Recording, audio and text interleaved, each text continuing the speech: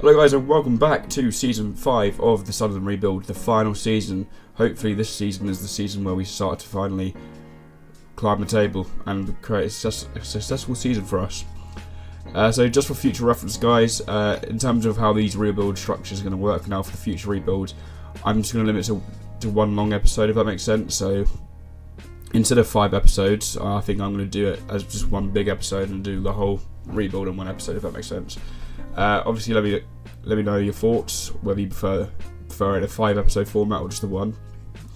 But yeah, moving on. So on to the final season now. I've done the transfers, so let's look into that. So in terms of incomings, we've signed Sel Kumbendi as for £8.75 million as a right back. I think he'd be our starting right back. Be a good wing back, good pace. Decent enough crossing, not the best, but just to cover Trahima, I think he's been a good player for us, but maybe not starting Premier League material just as of now. We did sign another striker for 19 million, Tijen Den Bogende. I seem to be signing a lot of Dutch strikers right now, or attackers, but it's working. He's got great stats. He's got 17 finishing, 17 composure, 13 technique. He's not the fastest, but I think this guy can be a great goal scorer for us. He's got great first touch as well, only 21 years old.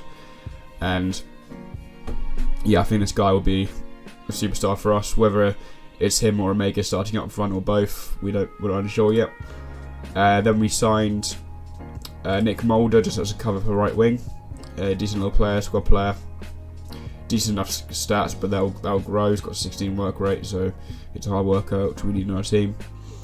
Yeah, purely for backup. And then another backup winger on the left side is Jordan Clark. We signed him from Bournemouth for about 7 million. Obviously not the best player, but he's just simply for cover. I don't expect him to play many games at all. But Jack Clark, as you can see, is injured again, and he does get injured quite a lot. So, as you can see his medical report, these are all of his injuries he's had throughout the time with us, which is quite a concerning amount. I mean, yeah, he's still our star winger. He's had a very good few seasons, as you can see here, so I think we keep him in. And in terms of the team, this will be the team. So we've got Omega up front, potentially to be the new guy. Jack Clark on the wing. Bellingham keeps his spot as the attacking midfielder, and then in terms on the right wing, Rigg and Neal midfield, Gomez on the left, Branthwaite, Ballard, and Kumbendi, and then Seaman in goal. So yeah, the team hasn't changed all that much, just other than a few. But I think these guys can really bring the best of us. Go with a 4-2-3-1. We're going to go more attacking. Final season, might as well just go for it. Last season we struggled for goals, so I think we're going to go for a more attacking tactic. We'll probably switch between that and then this one. So if we want to have 2 up front, we can go to this one, or keep it as this one. In terms of season preview, we are predicted to finish in 16th this time. This is our highest predicted finish, which is, tells you a lot about how we've been doing. So it's not the best. So 16th, should say. We've got this guy from the youth, what's it called, the youth list last season. Pretty good player. I did try it in the last few games last season, play him, and he played pretty well. He's only 15, but this guy will become a good player for us, even though this is the last season, so we won't see much of him anyway. But if I was to carry this on, this guy could be a starter for us in 3 years' time after a few loans. And so yeah, let's get into the season. The last season, of course. So this is the team, which is the bench. Added a few players. In terms of outgoing, actually, I forgot to mention, we got rid of Arezzo for a loan. I think it's going to be a future fee of £17 million. I just didn't really like him. He didn't really score as much as I thought he would. And then all the rest are just loans or free. Patrick Roberts has left the club. Obviously a good player for us in the past, and was always our starter 2 seasons back onwards. But I wanted to renew his contract as a backup player, but he wanted to be a star player, even though he wasn't good enough to be in the starting 11, let alone a star player. So we just have to settle with Ntemo, who had a very good season last season. So I think it'll only get better from here on then. And if not, we could just replace him with the new winger Mulder, who he signed from Standard Liège. If you have noticed, we have signed a lot of Dutch players over the past years. Maybe a theme, maybe Dutch rebuild in Sunderland, who knows. But yeah, let's get into the season and simulate it and see how we are in January. Hopefully a bit better off than the last few seasons.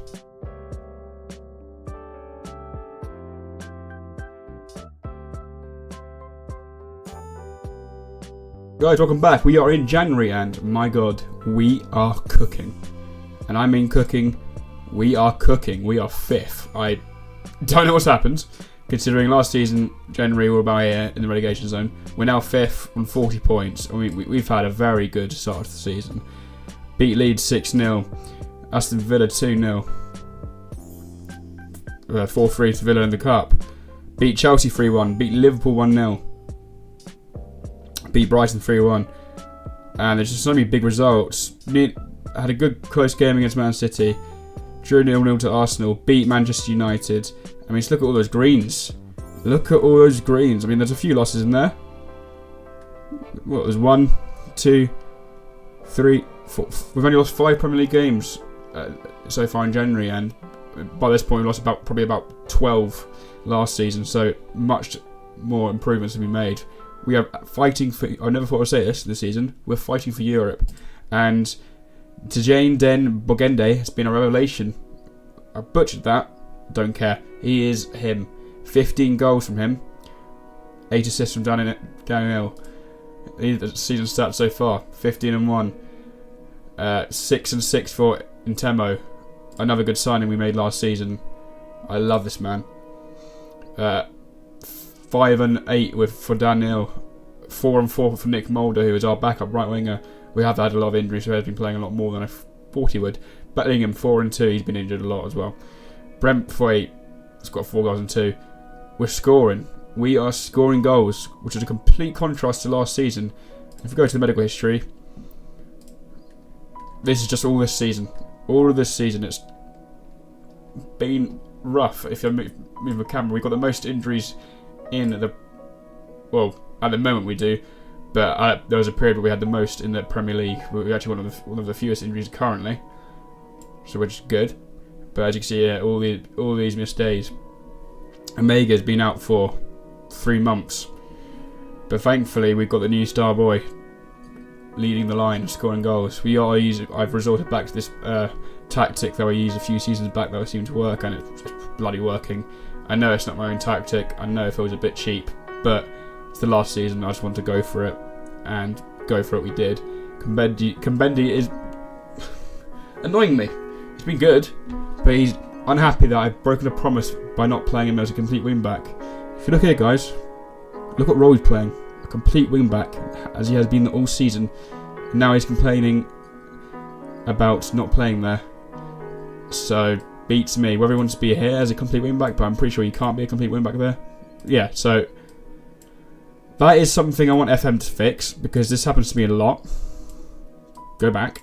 Thank you. This happens to me a lot, where players get angry about not playing in a certain... We'll try on attack. I've been on support, maybe to that.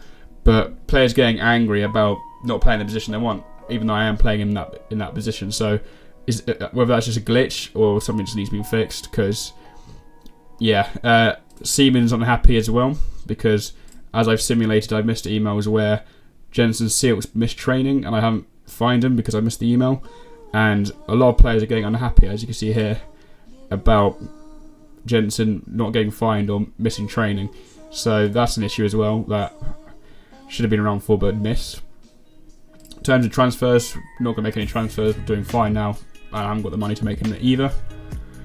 But guys, I'm so excited for how the season ends. I don't expect us to finish in a European spot. I expect us to fall off, but even if we fall off, it's going to be a much better season than last. The board are very happy with me. First green board I've had for a while, and we're ticking all the boxes here.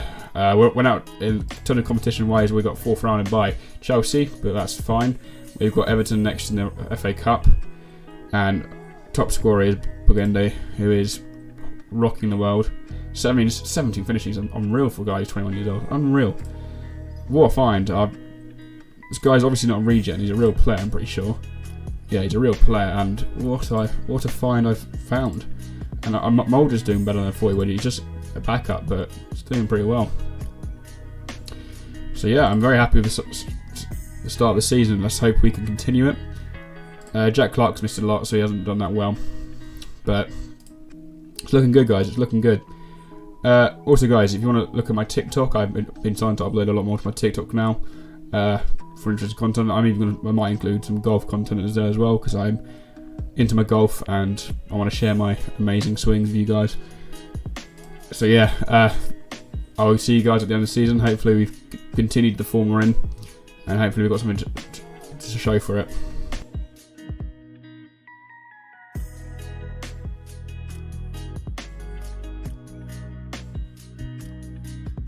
Right guys, after 5 glorious seasons at Sunderland, the rebuild is officially over, and I'm delighted to say we finished in 7th, which means we are in the Conference League. This is the first time we've ever qualified for Europe in this rebuild, and fortunately, because the rebuild's over, we won't be able to experience it, but it's nice to know that we got there, just behind Newcastle as well. We did the double over, which is always nice, because they are our fierce enemies. And just want to highlight, Bogende, star man, is got a finish with 25 goals, which is the second top scorer in the league behind the robot Haaland. So realistically, if Haaland wasn't there, he's top scorer, but that's a bit obvious to say, isn't it? And I just want to show you the stats, like the Premier League stats as well, because if we look at this, bear in mind the last 2 seasons were how much we struggled for goals. Most goals, we're 5th in that. Fewest conceded, we're 6th in that. Most shots, we're 2nd for that. Just look how much all the good stuff we're in compared to what we normally are. I think this just highlights how well of a season we've had. And if we look at the full goal numbers, 25, 12 and 2, or 13 and 9 for Intimo, who I loved that signing last season and really worked for us. Our backup got 12 goal contributions. Bellingham, 11 goal contributions, considering he was injured for a vast majority of that. Sergio Gomez, 10 assists again. I mean, isn't like statistically the best signing we've ever made, but he's made a massive impact. If you look at that, first season he got 10 assists, second season he got 8 in the league. So much more improvements have been made this season, so much bigger strides. And then in terms of competition, I really wanted to go for it in the FA Cup because it's the last time chance to win a trophy, but unfortunately we got 4th rounded by Tottenham, who did in the end win the league, and obviously 4th rounded by Chelsea. And if you look at the goals we scored against some of the big clubs that I'll show you in a minute, just shows how much we have progressed as a club. But at the end of all this, if you have watched this, I really do appreciate it. The next video so I'll be releasing one more video of a little challenge, let's say, before I start my Youth to Gold. And I won't mention the challenge until it's up, just keep it a little surprise. But yeah, if you, I'll show you the goal. I'll do a little highlight reel now of some of the goals we scored against the season. If you guys watch, you see how much we progressed. So yeah, again, thank you guys for watching. It's been a pleasure doing this on, and I've loved every minute of it. It was a lot harder than I thought it was, but still, nonetheless, I've enjoyed myself. And for a first rebuild on this channel, I don't think it's bad at all. And as a side note, this will probably be the only 5-episode rebuild we're doing, as I've decided every rebuild I do now will just be one longer episode, shortened down and edited and whatnot. So yeah, thank you guys for watching. Enjoy the highlight reel. Peace.